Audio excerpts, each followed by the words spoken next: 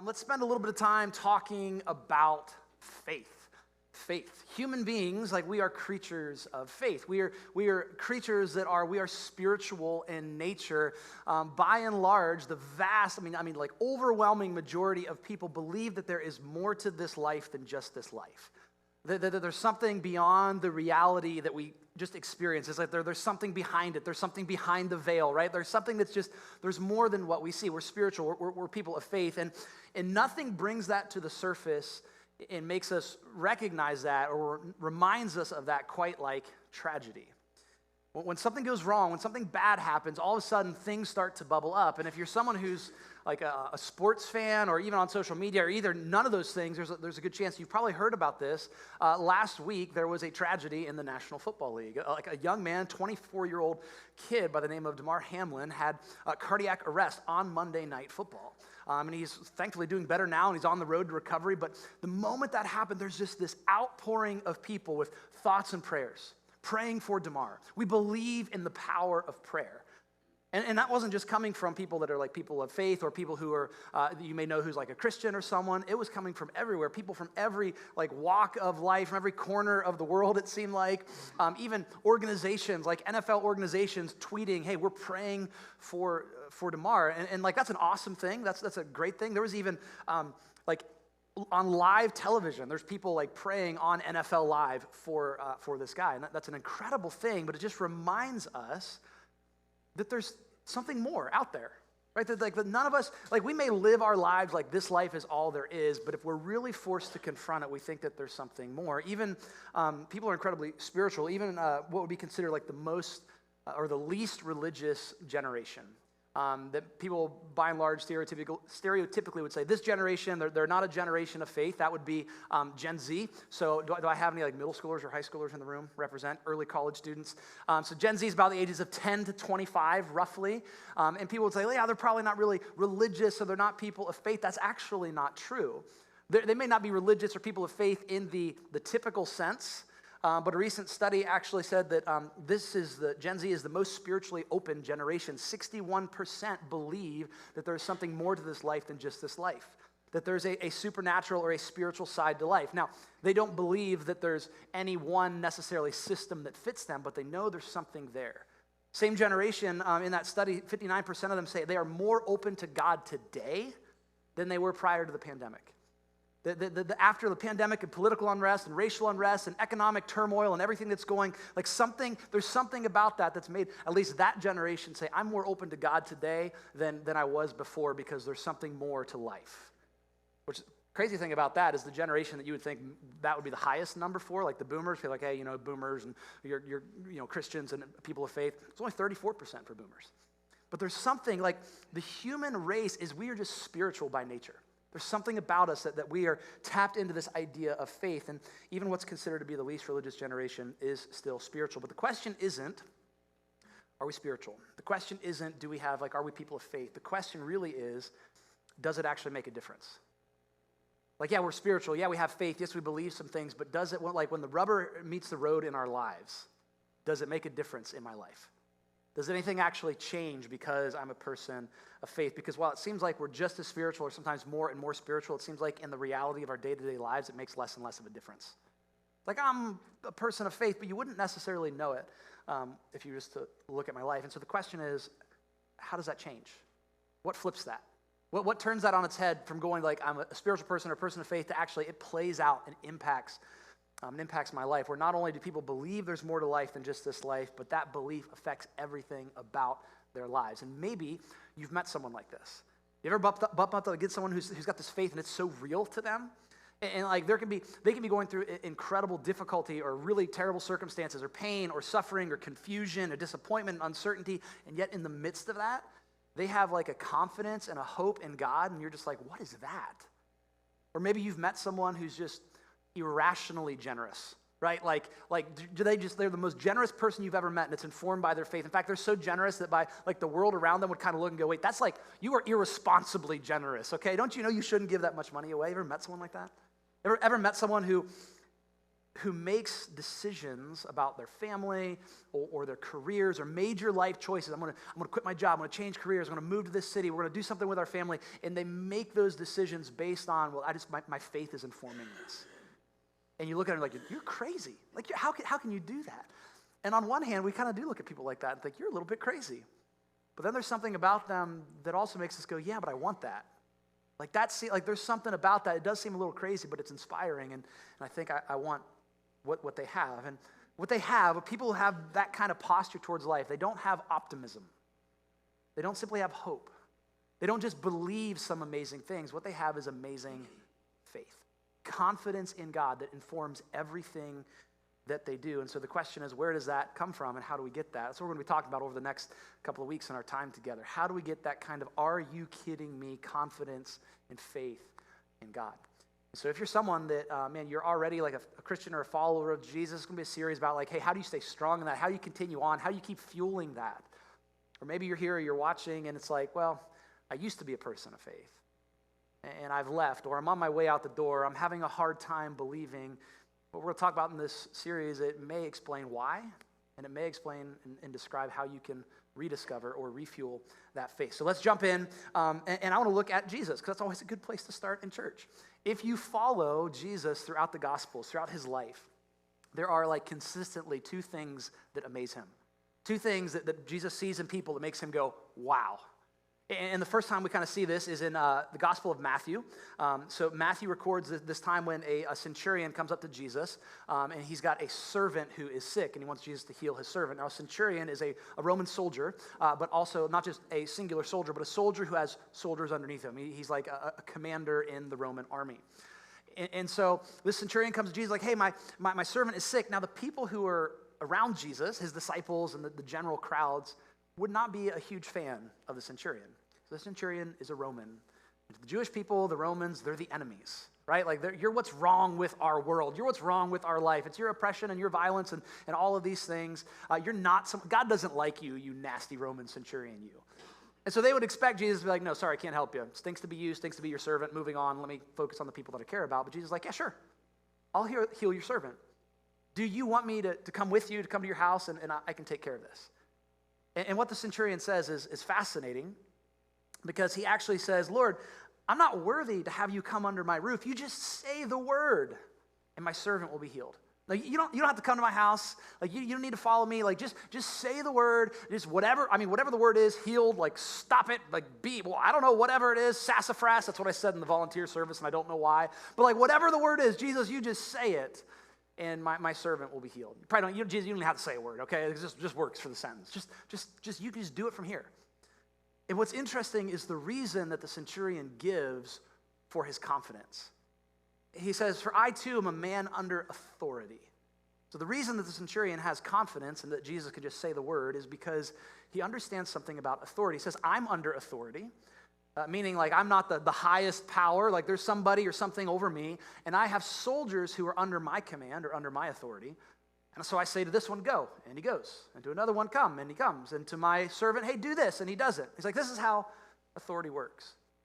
But notice what he says. He says, I'm under authority, and I have soldiers under me. But he understood that this is how authority worked. His soldiers would listen to him, not because he was the final authority, but because he represented the Roman Empire to them.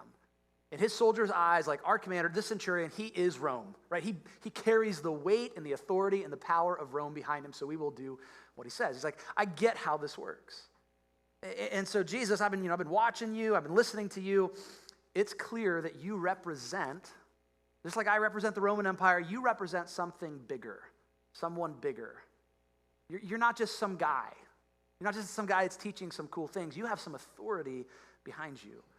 That you represent the one with ultimate authority, so much so that you can just say the word and you have the authority over sickness and death. You can just tell it to stop it and it will stop. So just say the word, Jesus. And this is something, when Jesus hears this, like, I just imagine him just like lighting up, because his response is fascinating. Hearing this, Jesus was amazed. And he said to those following him, truly I tell you, I've not found anyone in Israel with so great a faith.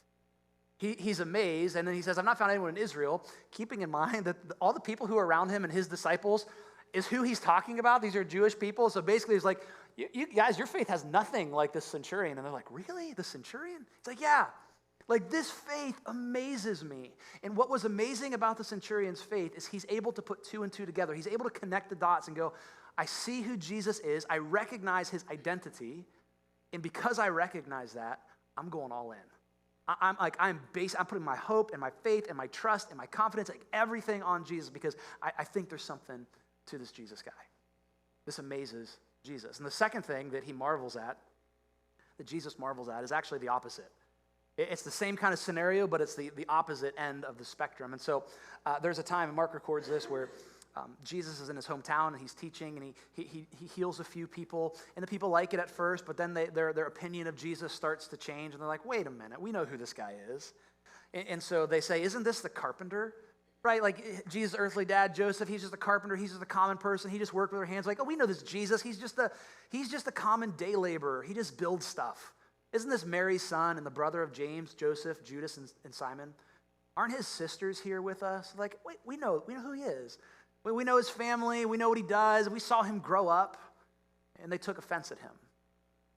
And so they're like, okay, you're nothing, Jesus, you're nothing special because we know you. And in response to their kind of posture or their attitude towards him, we read that Jesus was amazed at their lack of faith. And so there's two things that makes Jesus go, wow. It's either people's great faith or their lack of faith, and both of those are kind of rooted in his identity, right? The centurion says, I see you for who you really are, and so I'm going to have like actions that fall in line with that. And the people of his hometown are kind of like, yeah, we already know who you are, and so we're not going there. Right? Great faith or lack of faith. And what Jesus, when he showed up, man, his agenda, his desire for his first century followers and also his 21st century followers. If you're a follower of Jesus today or considering Christianity, his desire for us is to be people of great faith. To have confidence in who he is. Be characterized by our faith in him. Now, this is where things get a little bit iffy, though. Because I think, in many cases, have misunderstood or misapplied or misrepresented what the word faith, what it actually means. And the message of Jesus and Christianity can often be contorted and misrepresented and misunderstood in this way, because a lot of times we'll take faith to mean things that it's actually not. Sometimes we'll take faith to mean this idea of just like blind belief. Like just tune out the world, I can't hear you, just close my eyes, I'm just going to blindly believe in Jesus. Faith, there's no evidence, there's no reason, there's no logic, nope, I'm just going to trust Jesus. You read the New Testament, you never see that anywhere. We're invited to use like our minds, our hearts, our souls, reason, logic, and information, and then make an informed decision on, okay, do I trust this Jesus or not? We don't have to check our brains at the door. Faith isn't blind belief. But the other thing that faith isn't, that I think oftentimes we use these words interchangeably even though they're not. Faith is not the same thing as hope. And faith is not the same thing as optimism. Sometimes we treat faith like it's just interchangeable with optimism. Like, I have faith that things are going to work out. You know, I got faith that things aren't so good right now, but I have faith it's going to get better. I have faith that things are going to turn around with my job. I have faith that the relationship's going to turn around. I have faith that this year is going to be better. I just got faith. And you're like, but what is that? Faith in what? See, that's not actually faith, that's optimism, because faith always has an object attached to it. You have to have faith in something. Here's an example. Just curious, is there anybody in here who has never flown? Anybody? Any hands? Just a handful of people. Okay, like that's good. So most of you, I saw that, says the pilot back there, like, I've never been on a plane. I'm concerned now. So I've actually only ever flown once, and it was pretty recent. It was in 2016. Pastor Paul and I, we went to Panama on a mission trip to work some coffee farms, and I'd never been out of the country, never been on a plane, and I'm like, sure, let's go. This will be great. Let's go to another country with a bunch of strangers. What could possibly go wrong? It was awesome. So if you haven't flown yet, you can use your imagination. I was in that boat not that long ago. But when you get on a plane, when you board a flight, you're going somewhere for work, or you're going for a vacation, or you're going to visit family, you do not get on that plane just being hopeful or optimistic that you're going to arrive at your destination, okay? You're not just like, I think it'll be fine, right? Like that's not why you do, but we don't think about it this way, but the reason that you'll get on a plane is because you have faith. You have faith that human beings figured out how to fly. You have faith in the physics behind it. You have faith in the engineers that have designed the plane. You have faith in the people that built the plane and maintained the plane. You have faith in the judgment, in the experience, in the expertise of the pilot. You have faith in all of those things, and so you go, okay, I'll get on the plane. Like, none of us are ever stepping board on a plane if all we have is optimism, okay? Like, if you are, you're crazy. You're like, yeah, I think it'll be fine. It'll be fun. It'll be great. What could possibly go wrong? Like, none of us are doing that. So this is the difference between faith and optimism. Faith has an object attached to it, and the object can't simply be the outcome. Because that would be like saying, well, I have faith that we're going to arrive safely. Well, why? Because I have faith that we're going to arrive safely. Like, that's just optimism. Faith has to have an object that it's tied to. And this is kind of where I want to push on some of you a little bit. Because I know, like, in conversations that we've had directly or things I've heard in passing or the way I see you kind of approach life and the social media posts and all these different things, and like I'm your pastor and I love you, so I gotta push and step on some toes a little bit. Some of you are treating faith like it's optimism. Where it's just like, man, I've just got faith. It's like, it's going to be great. It's going to be wonderful. We'll boil our faith down to it's positive affirmations and self-talk and looking on the bright side of life, and I'll sprinkle a little bit of Jesus on top of it. And listen, I think those things are fine. I think positive affirmations and a positive outlook on life, that's better than a negative one, right? But we can't make the mistake of saying, well, that's what my faith is. That's not what my faith is, because my faith has got to be attached to something. We hear things like, well, I got faith that it's going to work out. Well, okay, that's great, but based on what? I got faith that, this is the time of year when it happens, right? I've got faith that this is going to be my year. And kind of the cynical side of me says, yeah, you've said that for the last 5 years, okay? Right? Like, it's like, I've got faith. And I'm like, but wait, why? I think it's great for you to think, hey, this is going to be a year. I'm going to make some changes and things are going to get better. In fact, there's a little meme or like inspirational quote. I've seen it on a video. I've seen it on a graphic that's gone around for the last several years. And it's really funny because each year, another year just gets tacked onto it. I'm like, I don't think it's working. But maybe you've seen this. That's like, 2020 changed me. 2021 broke me. 2022 opened my eyes. 2023, I'm coming back stronger than ever. It's like, again, like that's a good attitude to have, right? Like you should want to like have optimism and hope for the new year, but why? What grounds my life in that reality? What is the object of my faith? And here's what our culture will tell us. You need an object for your faith? You are the object of your faith. Trust yourself. Have confidence in yourself. Do it yourself. Pick yourself up. This is why, like, bestsellers every single year, like the largest selling section of books is always the self-help section. Like, bar none, it's always things in that category. And again, it's good to want to improve ourselves. But I've tried to make myself the object of my own faith. I'm sure you have as well. And more times than not, I think I end up letting myself down. I'm like, well, here we are again. And that is a crushing weight, by the way. To hear a message that says, you've got to do it. And you've got to figure it out. And you've got to pick yourself up. And you've got to have it all figured out. And you got to hustle. And you got to grind. And you like it's all riding on you. And if you can't make it work, it stinks to be you. You fail. And you're discarded off to the side. Like it is a crushing weight. And here's one of the beautiful messages of the Christian faith. What Jesus comes along and says, you do need an object for your faith, but you don't need the pressure of feeling like you have to be the object of your own faith. I'm here to be the object of your faith. I'm here to be the thing that you want, that you can trust in, that you can hold to, that you can cling to. It's like, and I know this analogy breaks down on a certain level, right? But going back to the plane thing, it's like culture tells us, if the flight, okay, that's life, then you have to gather all the materials, figure out how to build a plane yourself, figure out how to fly the plane yourself, and hopefully you don't crash and burn. You're like, I have no hope. But Jesus comes along and says, you can trust me. I'm like the flight. You can trust in the plane and the pilot. Now, you still have to plan the trip and buy the tickets and pack your bags and get on the plane, but you don't have the weight of hoping that you don't completely crash and burn. You can put your faith in me. So that was his message when he showed up in the first century. It's still his message today. Come trust me. Come follow me. Come put your confidence in me. And the reason he's able to do this, it's really fascinating. And he has this conversation with his disciples near the end of his time with them. And he says something that crystallizes this. He says something that's really actually shocking. And sometimes we just gloss over things like this. But to his first century Jewish disciples, this was like, what? Are you kidding me?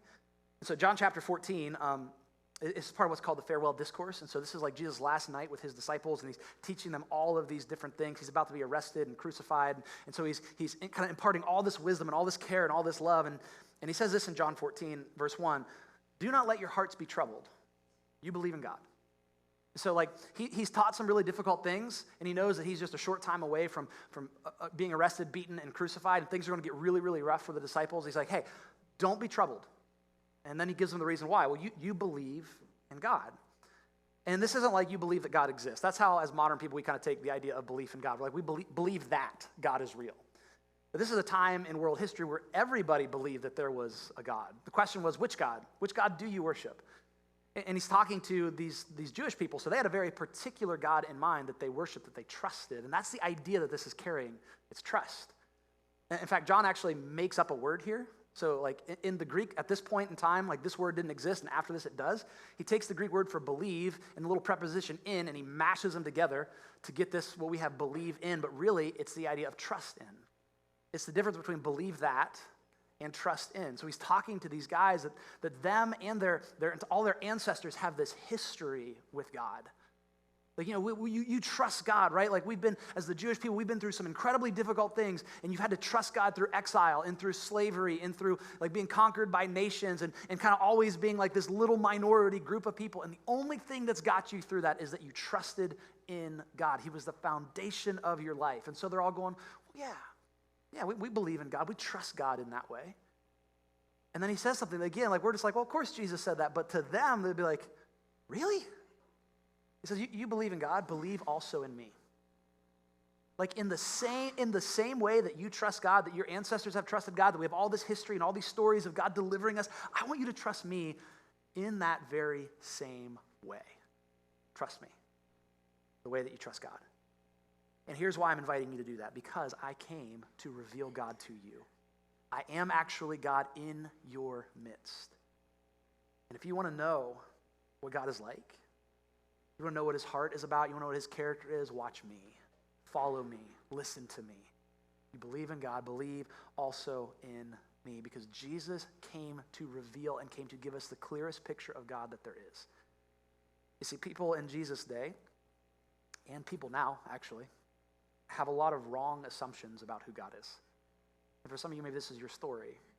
This is why maybe you walked away from faith for a long time, or you're considering checking out right now, and it's just like, because there have just been some wrong assumptions about God based on something that happened in your upbringing, or a bad church experience, or pain that was given to you or caused by others that claim to wear the mantle of Jesus, or something that you were taught. It's like we have all of these wrong assumptions, and this has been true throughout history. This was true in Jesus' time as well.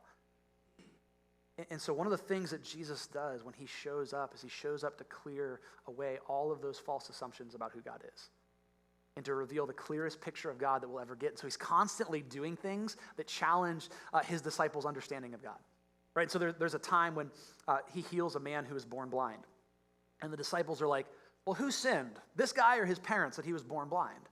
And so their assumption is, well, the reason he's blind, the reason something bad, he must have done something wrong, and so God is punishing him. And Jesus is like, that's not how this works. That's not what God's like.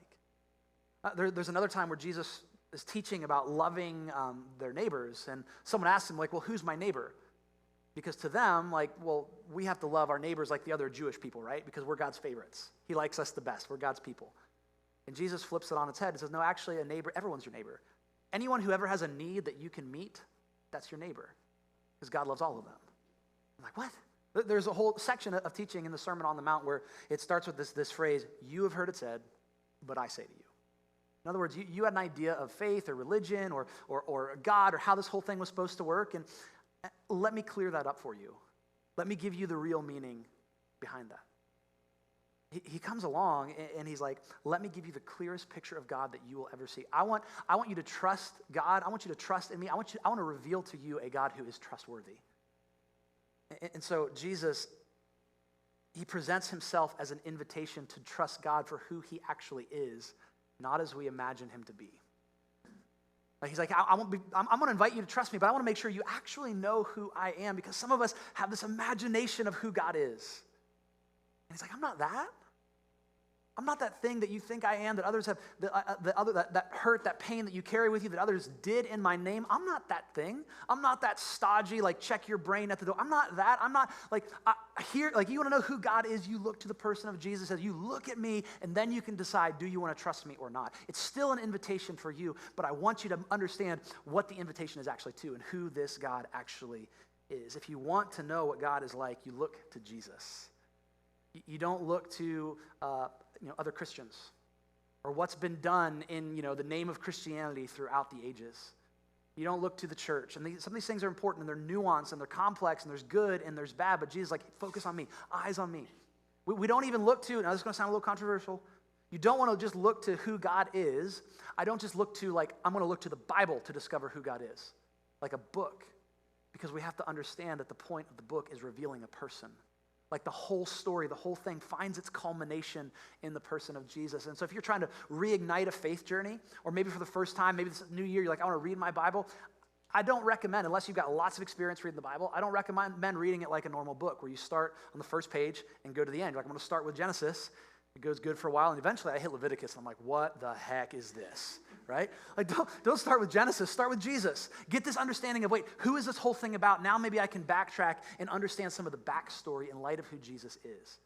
If you want to start reading, I encourage you to pick one of the Gospels, one of the 4 accounts of Jesus' life, Matthew, Mark, Luke.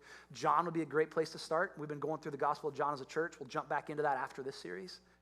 And read that with this understanding. If I knew nothing else about God, nobody ever taught me anything, I'd never been to church, if this was the only picture of God I had, if I had a blank slate, what picture of God would I have by looking at Jesus? And start from there. And someone who understood this so well, possibly better than anyone else, was probably the Apostle Paul. The Apostle Paul stood in this unique place in history where he was a Roman citizen. He's also a Jewish Pharisee.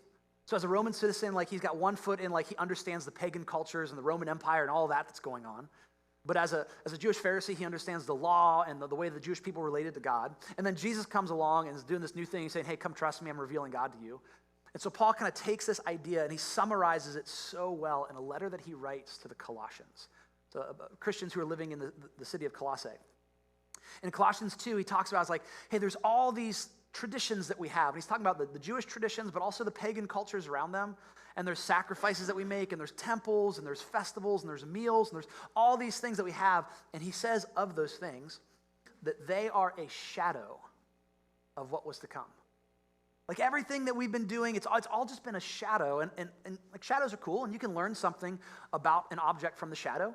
If you see a shadow, you can be like, I think, I got the general idea of the shape of the thing, the size of the thing. Is it moving? Is it standing still? I can kind of tell, sometimes depth perception, how far away is it? You can learn some great things about an object from a shadow. But when the thing or the person that's making the shadow shows up, you go, oh, now I see it clearly. When the thing making the shadow shows up, the shadow doesn't really matter anymore, and not because the shadow was wrong, but it was just incomplete. You don't see my shadow coming. You're like, oh, I think someone's walking towards me right now. And then I show up and you just continue to stare at my shadow. That would be weird, okay? I'm like, hello, here I am. And so Paul's like, hey, all these things, the festivals and the religious practices and the rituals, it was a shadow. The substance is Christ. The reality is Christ. The true thing is Christ. The thing behind the thing that we've all been reaching for and looking for and trying to feel out, Jesus had showed up and said, here it is. This is the clearest picture of God that you'll ever get.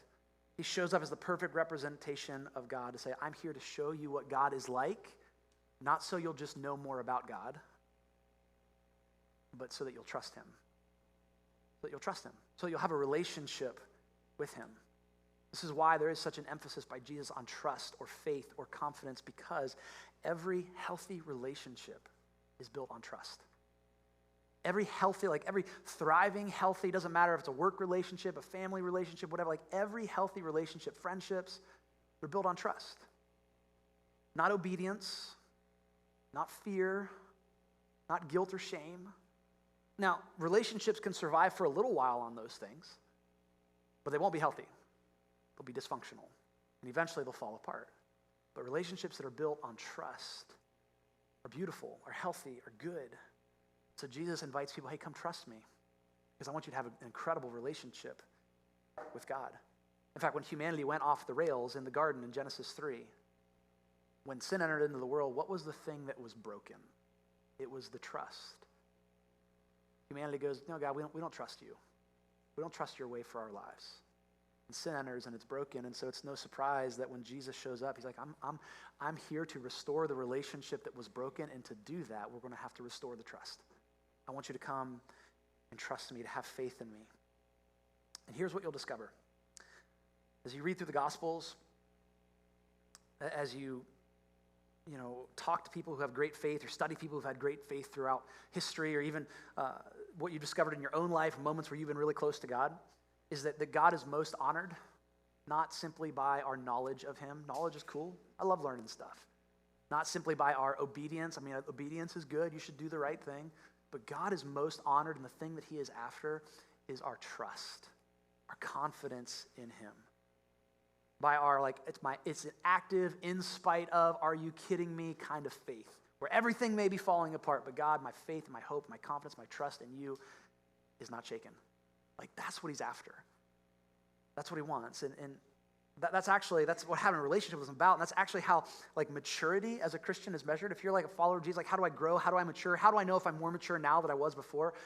I think the church has made a mistake for a really long time at tying maturity to knowledge. And again, I think knowledge is great, but I can know a whole bunch of stuff and still not actually trust. And so it's this idea of coming to a place where everything about our life, whether it's a decision I have to make or an uncertain circumstance or just trying to go about my day-to-day, where I meet everything with this lens and this filter, what would I do? How would I live? How would I think? What would I decide if I was absolutely confident that God was with me, that he loved me, that he had my best interest in mind? As I approach thinking, I got to make a decision about this relationship.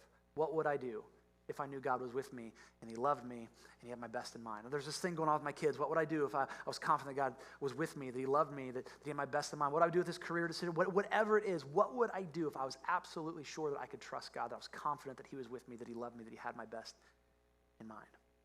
When we see people living that way, it's inspiring. When you've experienced that in your own life in different seasons, you're like, this is great. I feel like this is what my life is supposed to be. This is awesome. But how we get that kind of faith is what the series is about. How do we step into that? How do we live that way? How do we maintain that? But I wanted to start here today with what we were talking about, because we can't grow our faith, mature in faith, or fuel our faith, or rediscover faith. We can't do any of that until we first answer the question, well, faith in what? Or faith in who? It starts with Jesus as the perfect image of who God is, inviting us, come trust me. Come trust me. So we're going to do that over the next couple of weeks. We're going to talk about the things that grow or deepen or mature our faith. Kind of interestingly, if you have been with Hope Community for the long haul, if you're an OG Hope Community-er, a better name than that, we actually talked about this in our very first year as a church, way back in 2017. So for those of you who don't know, today's our birthday. Hey, January 8th, 2017. We're 6 years old today. Kindergarten, first grade, whatever, depending on when we started school. So that's a fun age as a church, isn't it? But yeah, we talked about this, and it's just time to revisit this. What are the things that grow our faith? We think that there are at least 5. Maybe you can come up with more, but there's at least a minimum of 5. And these are things that in my own life I've experienced, this is what draws me closer to God. Many of you have as well. And when you open up the pages of Scripture, you see these things coming up over and over. And the cool thing is that faith looks different in different seasons. Your faith's going to look different when you're in grade school to middle school to high school to college, to when you're a young adult, when you're single, when you're married, when you're having little kids, struggling to have kids, empty nest, all along the way, faith looks different. But these things kind of remain as the things that anchor you and grow that faith. So we're going to be having that conversation over the next couple of weeks. Next week, we're going to dive into the first one. But for today, and the thing I want you to kind of think about and mull over this next week as we kind of get out of here and we'll come back and continue the conversation. The thing I want you to think about is, who or what is my faith in? Is it in Jesus? Is it in something else? And why? Let's pray. God, we thank you so much that we can trust you, that the invitation is to just come trust you, to place our faith in you, to place our confidence in you. We thank you for that. We thank you that you are a God who's proven yourself over and over and over again to be trustworthy. And we thank you that we don't have to guess or we don't have to wonder of that. And the best picture that we have of that is your son, Jesus. that he walked this earth to reveal who you are, died on a cross for our sins, and rose from the dead. And so, Lord, I pray that all of our hope, all of our trust, all of our faith, all of our confidence would be in him. And I pray that through the power of your Spirit, you would make us people of great faith. Maybe that looks like today taking the first step on a faith-based journey, a relationship with you. Maybe that looks like a new commitment. Maybe that looks like just staying strong with it. But God, may you increase our faith today and in the year to come. We pray this in Jesus' name.